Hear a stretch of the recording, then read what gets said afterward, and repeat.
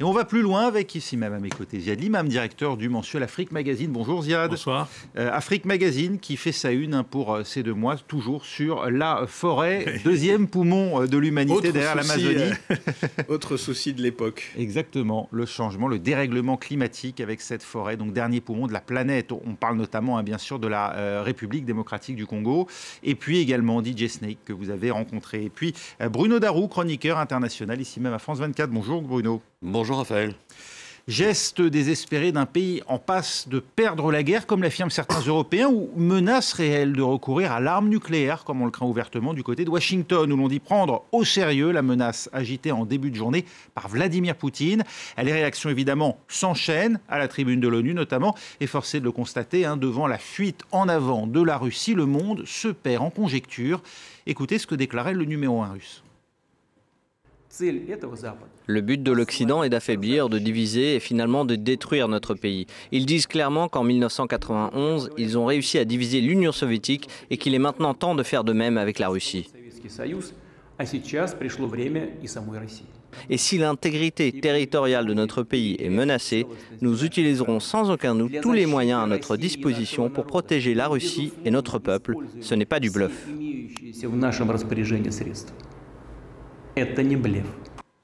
Vladimir Poutine qui en réponse annonce déjà une mobilisation partielle. Seront appelés les réservistes et les citoyens russes disposant d'une spécialité militaire. Le Kremlin compte sur 300 000 hommes, mais 25 millions de Russes en âge de combattre se sentent déjà potentiellement concernés, du moins un certain nombre qui manifestent à Moscou ou tentent de quitter le pays, Bruno. Oui, il y a aussi apparemment des manifestations à Saint-Pétersbourg, donc un peu retour quand même des manifestations. On se souvient qu'il y en avait eu au tout premier jour de la guerre, de l'opération militaire spéciale, comme Vladimir Poutine continue à le dire, même si ça devient encore plus fictionnel aujourd'hui. Eh bien, retour de ces manifestations, notamment de parents. Il y a eu des slogans Save our children, sauver la vie de nos enfants. Donc, visiblement, c'est une mesure qui passe mal. Vladimir Poutine le savait sans doute. C'est pour ça qu'il n'a annoncé que la mobilisation partielle, celle des réservistes et celle effectivement de soldats ayant une compétence. Mais visiblement, ça inquiète beaucoup plus de monde à travers le pays. Et surtout, eh bien, beaucoup de ces réservistes n'ont absolument pas envie d'aller mourir en Ukraine. Et puis autre chose, ça souligne aussi la très grande difficulté que traverse actuellement l'armée russe en Ukraine. Parce que bien sûr, si Vladimir Poutine ordonne cette mobilisation partielle, c'est qu'il commence tout simplement à manquer d'effectifs pour combattre en Ukraine. C'est le moment de vérité pour Poutine. Il y a le peuple russe, non plus seulement les militaires, comme c'était le cas jusqu'à présent, mais les civils vont-ils risquer leur vie au service de son ambition de mettre au pas l'Ukraine? C'est clairement un moment de crise, parce qu'on ne reconnaît pas un leader sûr de lui, confiant dans sa guerre, confiant dans ses objectifs. D'abord, il y a cette espèce de mystère du discours qui devait avoir lieu hier soir, qui était annoncé, puis qui a été reporté. Donc on sent bien qu'à l'intérieur de la machine Kremlin, il y a visiblement des tensions. Je pense aussi qu'on mesure aujourd'hui de manière plus directe la baffe qu'a été la bataille de début septembre et le recul de 1500 km, la désorganisation complète de cette armée qui était supposée être une des armées les plus fortes du monde. Donc il y a visiblement un moment de crise qui doit se doubler d'un moment de crise politique parce que on ne sait pas comment ça s'agite autour de lui. Je ne pense pas que les libéraux représentent une force réelle. D'abord, les 3/4 sont en tôle ou sont expatriés ou ailleurs en Europe. Donc je pense que le danger aussi pour le régime Poutine peut venir de sa droite, de gens qui inondent la télévision russe de discours enflammés. Il faut utiliser l'arme nucléaire, il faut les bombarder, il faut les raser, il faut raser Londres, il faut raser Paris. Et donc ce discours-là aussi peut le mettre en danger.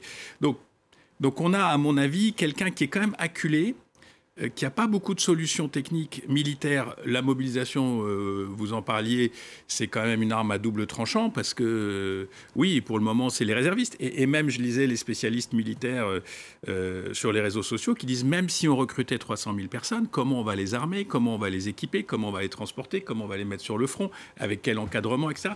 Et le dernier point, c'est qu'on a aussi affaire, parce que dans la même foulée, il y a eu des textes qui sont passés à la Douma, dont un texte particulièrement répressif sur les désertions, sur les abandons de poste, sur les gens qui quittent le front. Et donc on sent aussi qu'il y a un autre problème qui est celui de la cohérence mentale des troupes russes qui sont soumis à cette contre-attaque. Donc voilà, donc moi je trouve que le problème, c'est que un régime comme celui-là et quelqu'un comme celui-là qui est acculé dos au mur, effectivement, on peut être inquiet de sa capacité à faire des gestes qui dépasseraient la raison. Vladimir Poutine, Bruno, n'a d'autre choix que de céder aux factions les plus radicales de son électorat et de sa classe politique, les ultranationalistes en gros, qui réclament une conscription, hein, carrément. Oui, réclament carrément la conscription. Bah, c'est un peu ce que disait Ziad. Alors après, ce qui se passe au Kremlin aujourd'hui, c'est un peu devenu comme à l'époque soviétique. Hein, il y a des kremlinologues, kremlinologues pour savoir exactement ce qui s'y passe. Mais effectivement, ce qui est clair, c'est qu'il n'y a pas beaucoup d'ailes gauche ou d'ailes démocratiques. Et les quelques représentants de l'aile démocratique, ils sont en prison. Alors Navalny s'est exprimé aujourd'hui en estimant que cette mobilisation ne fera qu'accroître les souffrances du peuple russe, donc dénonçant totalement évidemment cette mobilisation. Mais enfin, il n'est pas en position de là où il est de faire quoi que ce soit. Donc effectivement, le danger, c'est qu'on pourrait finalement avoir pire que Poutine, même s'il y avait une sorte de putsch, de coup d'État à l'intérieur de la machine étatique au Kremlin, on pourrait avoir pire. Donc évidemment, c'est pas non plus une très bonne nouvelle, et des gens encore plus radicaux qui, peut-être, eux, n'hésiteraient pas à utiliser, y compris l'arme nucléaire. La fuite en avant, elle prend aussi la forme de ces référendums d'autodétermination convoqués dans 4 régions par les pro-russes et appuyés ce matin même d'ailleurs par Poutine. Donc il endosse cette initiative très clairement. Ça précipite une escalade du conflit, Ziad. Mais oui, parce que il est hors de question de perdre. On l'a dit souvent sur ce plateau, sur cette antenne, la Russie le régime de Poutine ne peut pas perdre, parce que la défaite, c'est l'humiliation personnelle et collective des militaires autour de lui. C'est malgré tout une profonde déstabilisation de la Russie, parce que qu'est-ce qui pourrait émerger d'un tel chaos ? Donc donc cette défaite impossible. Donc du coup, on augmente dos au mur les cartes de poker qu'on a en main. Les référendums en étant un, parce qu'on peut construire toute une théorie comme si ça devenait des territoires russes, si jamais il y avait des attaques ukrainiennes, du coup, on pourrait utiliser des armes non conventionnelles ou des missiles, je sais pas quoi, ou des armes atomiques. La réalité, c'est que, je ne sais plus qui disait ça, une guerre, on sait comment on rentre, on ne sait jamais comment on en sort. Et donc là, on est dans cette phase-là d'extrême tension, avec par ailleurs des Américains qui ont, je ne sais pas si le discours de Biden cet après-midi aux Nations Unies était très clair, le discours de Macron hier aux Nations Unies était très clair, donc le camp occidental est particulièrement solide, donc ça ne se fissure pas. Donc on ne voit pas décréter des faux référendums qui se tiendront dans 3 jours avec des électeurs absents ou morts enterrés parce qu'ils auront été tués par l'invasion. Enfin, on ne voit pas la logique, à part de jouer une carte d'escalade. Des pays occidentaux qui ont déjà dit, évidemment, ils ne reconnaîtront pas le résultat de ces référendums, mais on voit bien que du coup, ils changent de statut aux yeux de la Russie si ces territoires demain devenaient russes. Oui, alors on voit bien le calcul. Et puis d'abord, ces référendums, ça traduit là aussi une forme de fébrilité. C'est comme s'ils avaient peur, finalement, enfin c'est une espèce d'aveu de manière implicite, comme s'ils avaient peur de perdre ces territoires. Donc ils organisent vite, quand même, effectivement, en quelques jours, des référendums pour dire, là c'est russe. Ça devient la Russie normative, à défaut d'être la Russie formelle, quoi. Ouais, voilà. Et ça ne veut pas dire que peut-être dans quelques semaines ou dans quelques mois, y compris dans la République de Donetsk ou de Lugansk, qui sait, peut-être que les forces ukrainiennes arriveront à pénétrer. Donc, en fait, le temps presse. Oui. C'est ça aussi que ça. Mais nous devenons nous armons des agresseurs sur le territoire russe. Oui, mais ça, Vladimir Poutine, il vend ça à son opinion aussi. Oui. Mais effectivement, il pourra dire, dans sa logique qui est un peu démente par moment, mais qui est quand même une forme de logique, il pourra dire, vous voyez, ce sont désormais des territoires russes, donc les Ukrainiens attaquent non plus une partie de l'Ukraine, mais une partie de la Russie, et ils sont armés par les Occidentaux, donc les Occidentaux deviennent cette fois-ci vraiment des co-belligérants, et là, c'est ce qu'il a dit, la Russie, du coup, quand il parle là d'intégrité territoriale, du coup, il inclura ces nouveaux territoires dans son intégrité territoriale, et c'est là qu'il a dit, nous serons prêts à répondre par tous les moyens. Après, il faut quand même rester un peu calme. Il faut rappeler que les Ukrainiens ont déjà frappé en Ukraine, que les Ukrainiens ont déjà frappé au nord de Kharkiv, au-delà de la frontière russe. Il y a eu des évacuations de population russe. Évidemment, les Russes ne font aucune publicité sur ce qui se passe dans cette région-là particulièrement. Mais enfin, si on le prend à la lettre, l'intégrité territoriale a déjà été russe, a déjà été touchée, violée. Il y a vraiment la bataille des soutiens. On voit à quel point cette guerre qui va s'installer, malgré tout, on le sait maintenant, on voit comment on joue sur l'opinion européenne, pénurie, hiver, etc. Mais la Russie aussi a un problème d'opinion publique interne, parce que tant qu'on envoyait des minorités ethniques aller se faire massacrer dans le Donbass et que c'était une guerre qui concernait une armée professionnelle, mais entre les sanctions qui commencent à mordre et le fait qu'on a une perspective de mobilisation plus ou moins générale, ça veut dire que n'importe qui peut aller se faire massacrer dans le Donbass. Et puis, il y a les appuis extérieurs à la Russie, parce que malgré tout, le sommet de Samarcande, c'était pas très clair tout ça. C'est-à-dire, les Chinois ont dit on a la semaine dernière. Oui, on a des soucis. Bon, c'est un peu trop. C'est pas contrôlé. Les républiques d'Asie centrale ont fait des démonstrations de fraîcheur, demandant la paix. Erdogan me dit, j'ai lu aujourd'hui que Erdogan avait fait une déclaration pour dire il faut trouver une solution. Voilà. Donc tous ses amis à lui, quand il est très puissant, on veut bien jouer sa carte, voir ce qui se passe, mais s'il s'affaiblit, si son armée s'affaiblit, si sa puissance s'affaiblit, ses amis de l'extérieur peuvent trouver que ça aussi, ça devient un petit peu gênant. Bruno Darroux va réagir dans un instant. On va écouter ce que disait Joe Biden. Alors, l'idée, on est à l'ONU, on s'adresse à 193 États.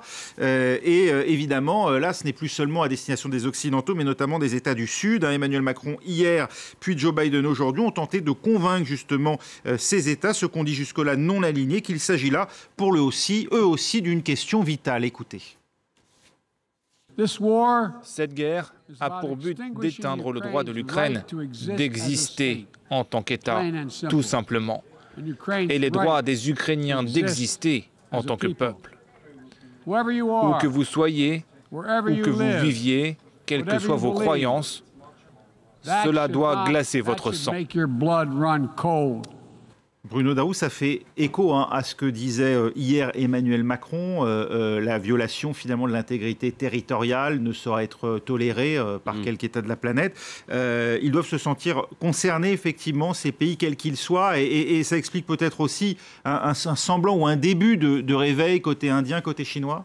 Alors après, ça dépend de ce qu'on appelle les pays non alignés. Il y a quand même les pays non alignés très forts, très puissants, comme l'Inde ou la Chine. Et puis il y a tous les pays qui n'ont pas malheureusement la même puissance politique, militaire, diplomatique, qui parfois ont des relations économiques qui sont dépendantes. Mais il l'a dit, Emmanuel Macron, les non alignés d'hier s'opposaient à l'impérialisme. Ceux d'aujourd'hui, en réalité, cautionnent par leur non-alignement l'impérialisme russe. Oui, c'est l'argument un peu qu'ils cherchent à développer, mais je pense que pour les pays non alignés qui n'ont pas les moyens vraiment de se mettre en position d'hostilité vis-à-vis de la Russie, ça va rester quand même très compliqué et je pense qu'ils vont rester dans une très grande prudence. Mais je pense que Emmanuel Macron et Joe Biden, quand ils parlent de ça, ils pensent effectivement et à la Chine et à l'Inde, parce que alors effectivement au sommet de Samarcande, alors Narendra Modi déjà a dit à Vladimir Poutine, il lui a dit comme ça carrément quasiment texto, c'est pas le moment de faire la guerre, voilà. Donc déjà, le message était passé. Et aujourd'hui, la Chine, après l'intervention de Vladimir Poutine,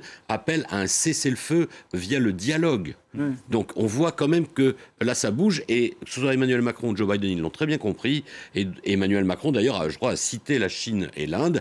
Donc ils essayent de faire basculer ces grands pays qui, jusque-là, restaient dans une prudence très attentive, on va dire.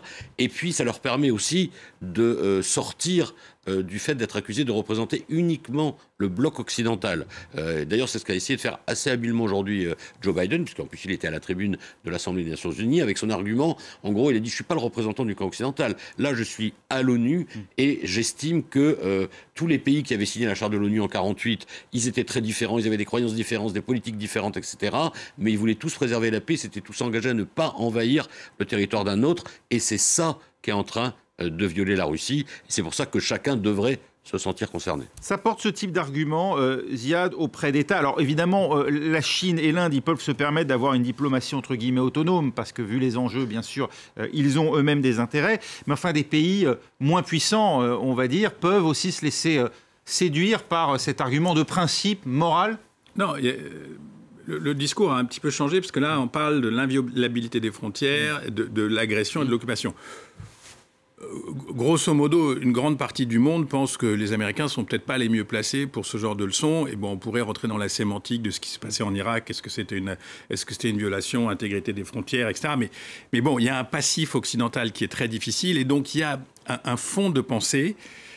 Et en particulier dans les opinions publiques, c'est moins on se mêle de cette histoire, mieux on se porte. Et d'ailleurs, on en paye un coût économique particulièrement violent, que ce soit les prix de l'énergie, que ce soit la disruption des transports, que ce soit l'inflation importée, que ce soit le blé, que ce soit les engrais, etc. Et c'est pas le moment. Et je pense que ce c'est pas le moment aura plus d'impact que le discours... j'allais dire, un petit peu moralisé. Qui était la deuxième partie du discours d'Emmanuel Macron hier. On ne peut pas se permettre une guerre en situation de dérèglement climatique, de crise énergétique. Et l'autre point, vraiment, et après je m'arrête là, c'est que, encore une fois, quelles sont les options russes ? Parce que nous, on connaît les options euro-ukrainiennes, on sait ce que les Américains veulent, etc. Mais quelle serait la situation d'une Russie en état de défaite ? Comment on pourrait sortir de là ?